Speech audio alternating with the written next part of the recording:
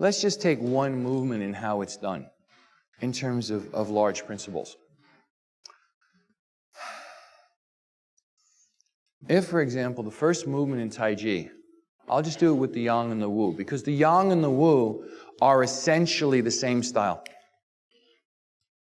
The difference being whether or not you learn a big, medium, or small frame. The small frame of the Yang style only exists today in the Wu style. Because the last person who really had it was the brother of Yang Chengfu's grandson. Yang Chengfu was called Yang Shaoho. Except he committed suicide, so it kind of died with him. He didn't actually pass it on. He had other problems. But it didn't pass on. And if you want to learn the small Yang style, you can't in the Yang style anymore. That ship has sailed. But it is active and alive inside the Wu style, which also has many branches. All these Tai Chi styles have got many branches. They've got different groups within the main style. But if we take something, and I'll start first, let's say, from the Wu style. Commencement, it closes, it opens.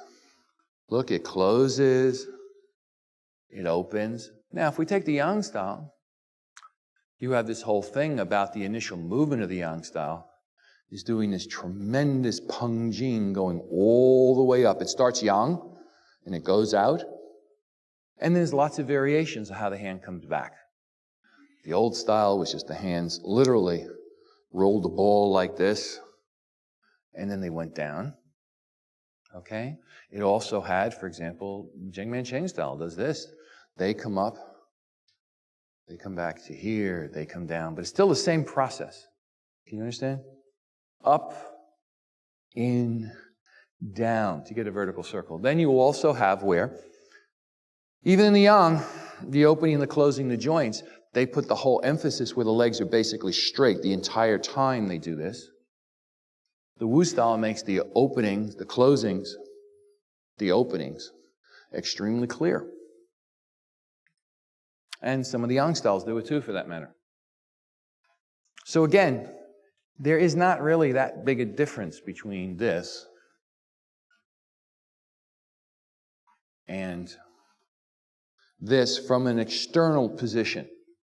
Okay, now if you talk about what they're doing internally, each of this movement has many, many internal pieces.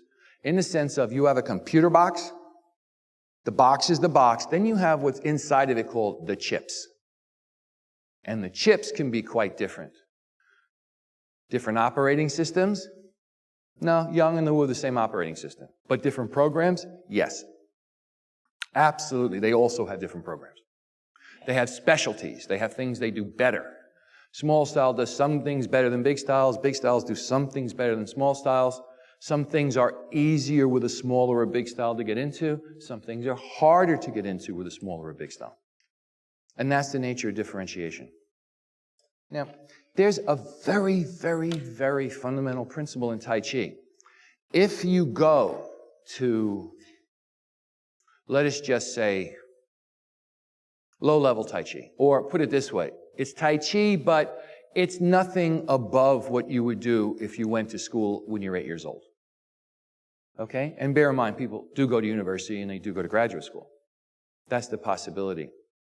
People focus on movements.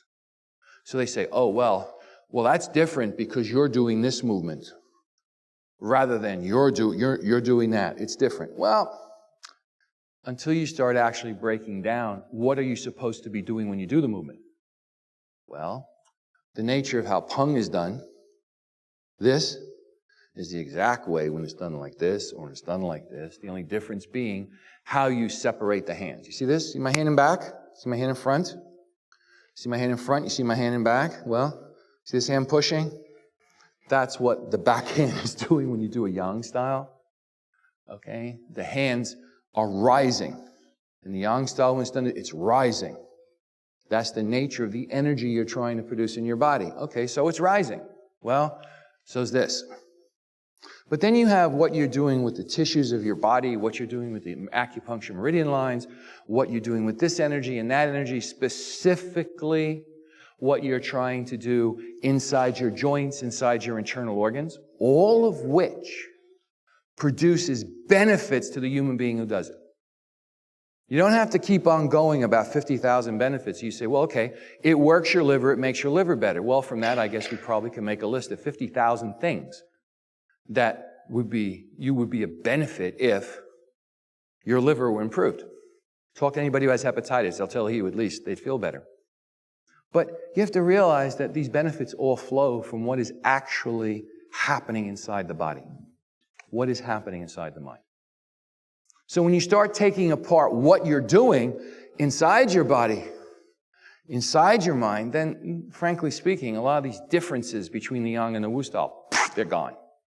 They're just gone. And if you actually understand how movements are supposed to be done and what is behind them, rather than just, oh, turn your waist, move your hand. Oh, okay. Turn your waist, move your hand. Well, at that level, of course, things can look a little bit different. But when you get down to what are you doing when you turn your waist, turn your hand? What is the purpose of it? What is the function of it? What is the value of it? The differences start dropping away. So I don't know anybody, for example, who has learned the yang style of Tai Chi who can learn the wu style fairly rapidly. I don't know anybody who's learned the wu style can learn the yang style fairly rapidly, because they are essentially coming from the same root. They're basically the same thing.